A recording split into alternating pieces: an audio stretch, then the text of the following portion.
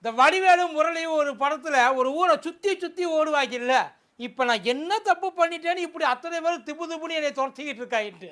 கிட்டத்தட்ட ஐயா அமித்ஷாவோட நிலைமை அதுதான். நாடாளுமன்றத்தை சுற்றி சுற்றி வந்துக்கிட்டு இருக்காரா, எந்த இடத்துலையும் உள்ள நுழைய விட முடியலையா. சரி ரைட்டு ஓகே, நமக்கு ஏதோ டைம் தெரியல, ஊர் பக்கம் பார்த்தாது போவோம்னு நினச்சா, குஜராத்துக்குள்ளே காலடி எடுத்து வச்ச முதல் டெட் பாடி நீதான் அப்படின்ற மாதிரி அங்கேருந்து அறிக்கை இருக்கு. பரவாயில்ல, பங்காளி வீட்டிலையாவது போயிருப்போம்னு பார்த்தா அங்கே உருவ பொம்மையெல்லாம் எரிச்சுக்கிட்டு இருக்காங்கலாம். எப்படி எல்லாம் கஷ்டப்பட வேண்டியது இருக்கு பாருங்க. ஆக மொத்தம் ஒன்று நல்லா தெரியுது, ஊரை கூட்டி மேடை ஏற்றி ஐயாவை ஒரு வழி ஆக்காவை விடுறது இல்லைன்னு ஒட்டுமொத்த இந்தியாவும் ஒன்று சேர்ந்து நிற்கிது. பார்த்துருவோப்பா.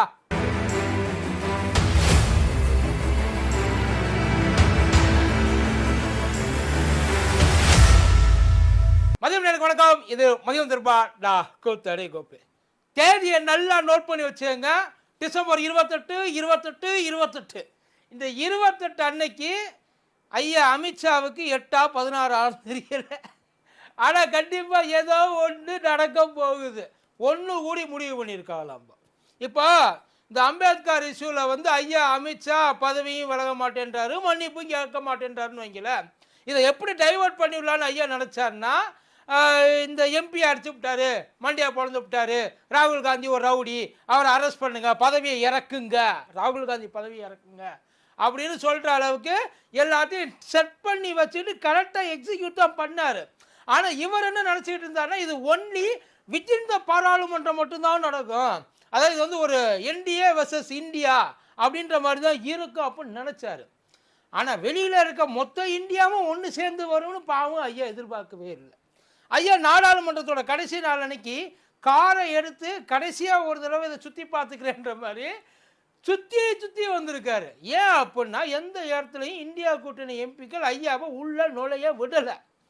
இவங்களை தானே உள்ள நுழைய விடாமல் அவங்க அடித்தாங்க, தடுத்தாங்க, அதுக்கு தானே நாடகத்தை போட்டாங்க. இன்னைக்கு நாடகம்லாம் போடல, முடிஞ்சா என்னைய கிராஸ் பண்ணி போய் தான் நீ பாரு. ஐயா மோடியை அவைக்கு வந்து அவையை நடத்த முடியாமல் போகிற அளவுக்கு ஆகி போச்சு. இது அத்தனைக்கும் காரணம் எதிர்கட்சி பண்ணுறதுன்னு நம்ம எல்லாரும் நினைக்க வைக்கலாம் அவங்க. ஆனால் இது அத்தனைக்கும் காரணம் அவங்க பேசுகிற ஒரு வார்த்தை. நாடாளுமன்றத்தை நடத்த விடாமல் பண்ணுறது இந்தியா கூட்டணி கிடையாது. ஐயா மோடி அமித்ஷா வந்து அவங்க ஏதாச்சும் ஒன்று பண்ணி இதை முழுக்க ஒப்பேத்திடணும்னு நினச்சாக அவங்க நினச்சபடி இது நடந்து போச்சு. ஆனால் அவங்க அவங்க நினைக்காத ஒன்று நடக்கிறது ஒரு இருக்குது பற்றியலா, அதுதான் இப்போ குஜராத்லேயும் உத்தரப்பிரதேசத்துலேயும் ஆல் ஓவர் இந்தியாவிலையும் நடக்கிறதுக்கு நல்ல வேலைகள் பார்த்துக்கிட்டு இருக்காங்க. இப்போ குஜராத்தில் ஐயா அமித்ஷா வந்து போயிட்டு ஒரு விசேஷத்தில் கலந்துக்கிறதா இருந்துச்சு. அது என்ன அப்படின்னா, யார் அசிங்கப்படுத்தினாரோ, யார் அவமானப்படுத்தினாரோ, யாரை ஒரு ஆளே இல்லை அப்படின்னு சொன்னாரோ அவர் வீட்டு ஃபங்க்ஷனுக்கு 6000 வழக்கறிஞர்கள் ஒரே நேரத்தில் வந்து அவங்க பட்டம் பெற அந்த நிகழ்ச்சி இருக்கு இல்லையா, அதை கொண்டு போய் ஐயா அமித்ஷா தான் நடத்தணும் அப்படின்னு சொல்லி ஆளை கூப்பிட்டுருக்காங்க. அது ஐயா அமித்ஷா மட்டும் அங்கே போகலை, நடக்கிற இடம் குஜராத். முதல்ல அதை நல்லா தெரிஞ்சுக்க. அங்கே ஐயா மட்டும் போகலை, குஜராத்தோட முதல்வர் பூபேந்திர பாட்டீல், அதுக்கப்புறம் ருஷிகேஷ் பாட்டீல், அது இல்லாமல் வந்து பார் கவுன்சில் இந்தியா அதோட சேர்மன்னு, அட்வொகேட் ஜென்ரலு, சாலிசிட்டர் ஜென்ரலு, இவங்க அத்தனை பேரும் ஒட்டுமொத்தமாக அத்தனை பேரும் ஒரே இடத்துக்கு வர இல்லை, அவங்க எல்லாம் ஒரே இடத்துல வந்து அந்த விழாவை சிறப்பிக்கிறதா இருந்தது. ஆனால் குஜராத் பார் கவுன்சிலில் ஒருத்தர் இருந்திருக்கார், அவருக்கு உள்ளுக்குள்ளே ஏதோ அரிச்சிருக்கு. வர்கேலா, பரேஷ் வர்கேலான்னு நினைக்கிறேன் அவர் பேர். அவர் நேரடியாக இது வரைக்கும் நாட்டில் அவங்களுக்கு எதிராக எதுவும் பேசாத ஒரே ஒரு மாநிலம்னா அது குஜராத்து தான். உத்தரப்பிரதேசில் கூட அங்கங்கே நிறைய வந்திருக்கிறீங்களே, ஆனால் குஜராத்தில் பேசணுன்ற அந்த நினப்பு கூட வராது. அந்த இடத்துல பார் கவுன்சிலில் மெம்பராக இருக்கிற ஒரு ஆள் பப்ளிக்காக ஒரு மேட்ரை ஓப்பன் பண்ணியிருக்கு. நீ உண்மையிலேயே உனக்கு அம்பேத்கர் மேலே அவ்வளவு அக்கறை இருந்தா, மதிப்பு இருந்தா, மன்னிப்பு கேட்டுட்டு அதுக்கப்புறம் உள்ளவன் நீங்கள் தானே கேட்டிய, என்னத்தான் அப்படி அம்பேத்கர் அம்பேத்கர் அம்பேத்கர், அப்புறம் எதுக்கு இங்கே வரி? அவர் இல்லாமல் இங்கே எல்லாரும் லாயர் ஆகிறாங்களா, நீதிபதி ஆகிறாங்களா, யார் ஆகிறா இங்கே உட்காந்து? எதை வச்சு எல்லாத்துக்கும் ரெஃபரன்ஸ் எடுக்கிறீங்க? இப்போ எந்த முகத்தை வச்சுக்கிட்டு பட்டமளிப்பு விழாவுக்கு நீங்கள் உள்ள வர்றீங்க? மன்னிப்பு கேட்டுட்டு அதுக்கப்புறம் உள்ளவா. ஆக்சுவலி அந்த பர்கேஸ் வர்க்கேலான்னு போட்டது ஒரு விதை. இந்த விதை ஸ்ப்ரெட் ஆகிடக்கூடாது, பெரிய ஆலமரமாக வளர்ந்து விழுது விட்டுறக்கூடாது. புரியல? அந்த 6000 பேருக்கு இந்த நினப்பு வந்துடக்கூடாது. வந்துட்டா அது ஐயா அமித்ஷாவுக்கு கேவலம், அசிங்கம். அதனால என்ன பண்ணிட்டாங்க, பட்டக்குன்னு அங்கேருந்து இந்த ஆளு ஒரு காங்கிரஸ் ஆளு, இவருக்கு இதான் வேலையாக போச்சு, இவர் பேச்சு நம்பாதிய. நம்ம அமித் பாய், ராஜுபாய் மாதிரி நம்ம அமித் பாய் அவரை கூப்பிட்டுருக்கோம். அவரை வந்து நம்ம அசிங்கப்படுத்திடலாமா? அப்படிலாம் இருக்கக்கூடாது. அவர் வரட்டும். இதுக்கும் அரசாங்கத்துக்கு சம்பந்தமே கிடையாது. அரசியலமைப்பு சட்டத்துக்கு அதுக்கு சம்பந்தம் இருக்குல்ல, இருக்கா இல்லையா? அதைத்தான் அவர் கேட்குறது வக்கீல. நான் காங்கிரஸும் கிடையாது, பாசகவும் கிடையாது. நான் ஒரு அம்பேத்கரியவாதி. அவர் அம்பேத்கர் எனக்குள்ள முழுசாக இருக்கார். அவரோட கருத்துக்களை நம்ம எல்லாரும் ஏற்றுக்கிட்டு இருக்கோம். வக்கீலாக போகிறவன் அம்பேத்கரை மதிக்காதவன் வக்கீலாகவே இருக்க முடியாது. அப்படி மதிக்காத ஒருத்தர், அம்பேத்கரை மதிக்காத ஒருத்தர் உங்களையெல்லாம் வந்து நீங்கள் வக்கீலாகிறத கௌரவப்படுத்துகிறேன்றார். இது எவ்வளோ பெரிய கேவலம். மறுபடியும் இவங்க எதை அணைக்கணும்னு நினைக்கிறாங்களோ அதுதான் பெருசாக பறக்குது எல்லா இடத்துலையும். இது பரவாயில்ல, குஜராத்துக்குள்ளே போக முடியல. ஆனால் இது உண்மையில ஐயாவுக்கு ஒரு அசிங்கம் தான். குஜராத்துக்குள்ளேயே இப்படி ஒரு வாய்ஸ் வந்திருக்கு அப்படின்னா அது ஐயாவுக்கு அந்த இடத்துல உண்மையில ரொம்ப அசிங்கம். இதை விட்டுருங்க, ஊப்பிக்கு போவோம். ஊப்பியில் உருவ பொம்மையை எரிக்கிறாங்களாம். ஒரு படி மேலே போயிட்டாங்க அவங்க. எந்த இடத்துல, அதை ஒட்டு மொத்தமாக எல்லா இடத்துலையும் இப்போ அந்த தலித் அமைப்புகள் உண்மையில ரொம்ப கொதிச்சு போயிருக்கு, ரொம்ப கொதிச்சு போயிருக்காங்க. அவங்க 28ஆம் தேதின்னு சொல்லி ஃபிக்ஸ் பண்ணி வச்சுருக்காங்க. 28 அன்னைக்கு அவங்க என்ன பண்ணணும்னு நினைக்கிறாங்க தெரியுமா? நீ பாராளுமன்றத்துக்கு உள்ளதானே பேசல, ஆனால் அதை ஆல் ஓவர் இந்தியா பார்த்துட்டாங்க. ஒரு பொது மேடை போட்டு அந்த பொது மேடை மேலே நீ ஏறி ஐயா அம்பேத்கரை தப்பாக பேசுனது ஏன் தப்பு தான், மன்னிச்சிடுங்க, இந்த நாட்டு மக்கள்கிட்ட நான் மன்னிப்பு கேட்குறேன் அம்பேத்கரை கேவலப்படுத்தினதுக்காக அப்படின்னு சொல்லிட்டு அவர் பண்ணியே ஆகணும். அந்த முடிவோட the national confederation of Dalit and Ambedkar Adivasi organisation அவங்க வந்து ஒரு முடிவு எடுத்திருக்காங்க. அவங்க ரொம்ப தெளிவாக ஒரு விஷயம் சொல்கிறாங்க. ஐயா மோடி இப்போ இருக்க பொறுத்த வரைக்கும் ஐயா மோடி பெரிய ஆளா இல்லை ஐயா அமித்ஷா பெரிய ஆளா? ஐயா மோடி தானே பெரிய ஆள்.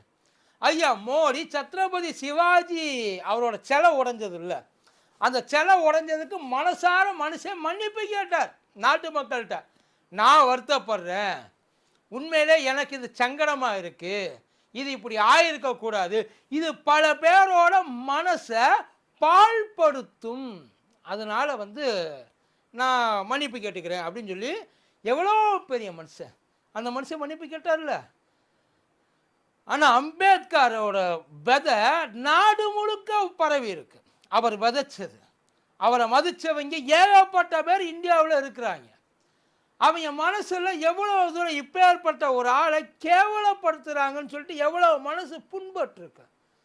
ஏன் ஐயா அமித்ஷா ஒரு வார்த்தை, ஒரு மன்னிப்பு அப்படின்னு கேட்டால் ஏன் மகுடம் இறங்கிருமோ, கிரீடம் களைஞ்சிருமோ கேட்குறாங்கப்பா. அப்படி ஏன் கேட்கக்கூடாது? அப்புறம் அவரை விட நீங்கள் பெரிய ஆளா என்ன? அவர் தானே பெரிய ஆள். அப்போ நீங்கள் இந்த விஷயத்தை பண்ணலாம்ல. இந்த விஷயத்தை உண்மையிலே அணைக்கணும். ஒரு மன்னிப்பு கேட்கறனால ஒரு மனுஷன் குறைஞ்சு போயிட மாட்டான். மன்னிப்பு கேட்கறனால சில நேரங்களில் ஒரு மனுஷனோட மதிப்பு மேலே ஏறும். ஆனால் நான் எதுக்கு கேட்கணும்? என்னைய எவன் கேட்க வைப்பான்? என்னைய கேட்க சொல்லக்கூடிய தைரியம் இந்தியாவில் வேற எவனுக்குடா இருக்கு? அப்படின்ற ஒரு எண்ணம் உள்ளுக்குள்ள நல்லா பிடிச்சி நங்கூர மாதிரி நச்சு நிற்கிது. இப்போ அந்த நங்கூரத்தை பிடுங்கி வெளியில் எரியறதுக்கான வேலையை ஆல் ஓவர் இந்தியா பார்த்துருக்காங்க. அவர் உண்மையிலே என்ன நினச்சார்னா, ஒன்லி ராகுல் காந்தி, காங்கிரஸ், இந்தியா கூட்டணி, பொலிட்டிக்கல் பார்ட்டிஸ் இது மட்டும்தான் நம்மளை வந்து எதிர்க்கும். அதை நம்ம ஈஸியாக எப்படி மேனேஜ் பண்ண முடியுமோ பண்ணிக்கலாம். அதான் மண்டே உடச்சிட்டாரு, மாவளக்கு போட்டார், செயலில் தூக்கி போடுங்க, பதவி இறக்குங்க. இந்த ஒட்டுமொத்த அந்த இதுவும் ஸ்டேஜ் பண்ணதுக்கும் காரணம் இவங்களை வந்து கண்ட்ரோல் பண்ணுறதுக்காகத்தான். ஆனால் இன்னைக்கு அவுட் ஆஃப் பார்லிமெண்ட் எல்லா இடத்துக்கும் போயிருச்சு. ஒன்லி பார்லிமெண்ட் மேட்டரில் மட்டும். ஏன்னா இது ஒன்றும் மசோதா தாக்கல் கிடையாது, புதுசாக கொண்டு வர சட்டம் கிடையாது. இது ஒட்டு மொத்தமாக இந்திய மக்களுக்கு இருக்கிற மொத்த உணர்வையும் ஒரே குத்துல ஆள் உசுப்பி விட்டாப்புல, ஒரே குத்துல. இப்போ அத்தனை பேர் ரெடியாக உட்கார்ந்துருக்குறாங்க. நீ கேட்குறியா இல்லையா? இப்போ பதவி விலகிறதுலாம் அடுத்த பிரச்சனை, அது பொலிட்டிக்கல் இதோட போயிடும். பேசுனதுக்கு நீ மன்னிப்பு கேட்டே ஆகணும். அப்படி கேட்கல அப்படின்னா அதுக்கப்புறம் வரப்போகிற விளைவுகள் வேற மாதிரி. இவங்க அத்தனை பேர் இப்போ பயப்படுறது, ஐயா இவர் அமித்ஷாவும் சரி மோடியும் சரி, இவங்கெல்லாம் பயப்படுறது உண்மையிலே அம்பேத்கரை தப்பாக பேசிட்டோம், தெரியாமல் பேசிட்டோம், உளறிட்டோம், அதனால மனசு அதை வாய் தவறி சொல்லிட்டோம் அப்படின்னு நினைக்கிறீங்களா? கிடையாது. இவங்க அத்தனை பேர் இருக்கிற ஒரே பிரச்சனை, வரப்போகிற எலெக்ஷனில் அம்பேத்கரை மதிக்கிற ஒரு குரூப் இருக்குல்ல, அவங்க ஓட்டு. நான் சொல்கிறது வெறும் ஒரு சாதிய ரீதியாக கிடையாது, ஒரு தலித் மக்கள் மட்டும் கிடையாது. அம்பேத்கரை மதிக்கிற ஒவ்வொருத்தனும் இவங்களை மிதிப்பாங்க, ஓட்டிலேயே மிதிப்பாங்க, ஓரம் போ அப்படின்னு சொல்லிட்டு. அதுக்காகத்தான் ஒவ்வொரு முறையும் ஐயா அமித்ஷாவோட பேட்டியிலையும் சரி, ஐயா மோடியோடைய அறிக்கையிலையும் சரி, ரெண்டு பேரும் என்ன சொல்லியிருக்காங்க? நாங்கள் அம்பேத்கரை ரொம்ப மதிக்கிறோம். ரெண்டாவது, அம்பேத்கர் யாரை உயர்த்தணும்னு நினைச்சாரோ அந்த மக்களுக்காக நாங்கள் பாடுபட்டு உழைக்கிறோம். மக்களுக்காக பாடுபட்டு நீங்கள் உழைச்ச உழை எங்களுக்கு தெரியாது. அவங்க கேட்குறாங்க, நீ உழைச்சதெல்லாம் இருக்கட்டும், முதல்ல உளர்னதுக்கு மன்னிப்பு கேளுன்றாங்க. இப்போ அதுதான் நடக்குது. என்ன பண்ண போகிறான்னு தெரியல. ஆனால் 28ஆம் தேதி ஆல் ஓவர் இந்தியா ஒரு பெரிய ப்ரொட்டஸ்ட்டு ஐயா அமித்ஷாவுக்காக வெயிட் பண்ணிகிட்ருக்கு. என்னமோ நினச்சி பேச, அதை கிணறு வெட்ட பூதம் கிளம்புற கதையாக சொல்லுவாங்க இல்லை, யாரையோ காப்பாற்ற போயிட்டு பாவம் ஐயா தன்னையே இப்போ தலையை கொடுத்துட்டு நிற்கிறாப்புல. காப்பாற்றுவாங்களா இல்லை அப்படியே கழட்டி விடுவாங்களா? தன்னந்தனியாக போராடிட்டு இருக்காப்புல. மற்ற கூட இருக்கிறவங்க எவனோ இதுக்காக ஒரு வாய்ஸை கூட ரைஸ் பண்ண முடியாத அளவுக்கு ஐயா அமித்ஷா தொடக்கூடாத இடத்த தொட்டாப்புல. அதான் சொல்லுவாங்கல்ல, சிங்காரம் நீ தொற்றுக்க கூடாது சிங்காரம். அதே தான். பாப்போம் என்ன பண்ண போகிறான். மன்னிப்பு கேட்க போகிறாரா இல்லை மறுபடியும் ஐயாவோட பவரை காட்டி நான் தான் பெருசு, உங்களால் ஒன்றும் இது பண்ண முடியாது அப்படின்னு ஏதாவது ப்ரூவ் பண்ண போகிறாரான்றதை பொறுத்து பார்ப்போம்.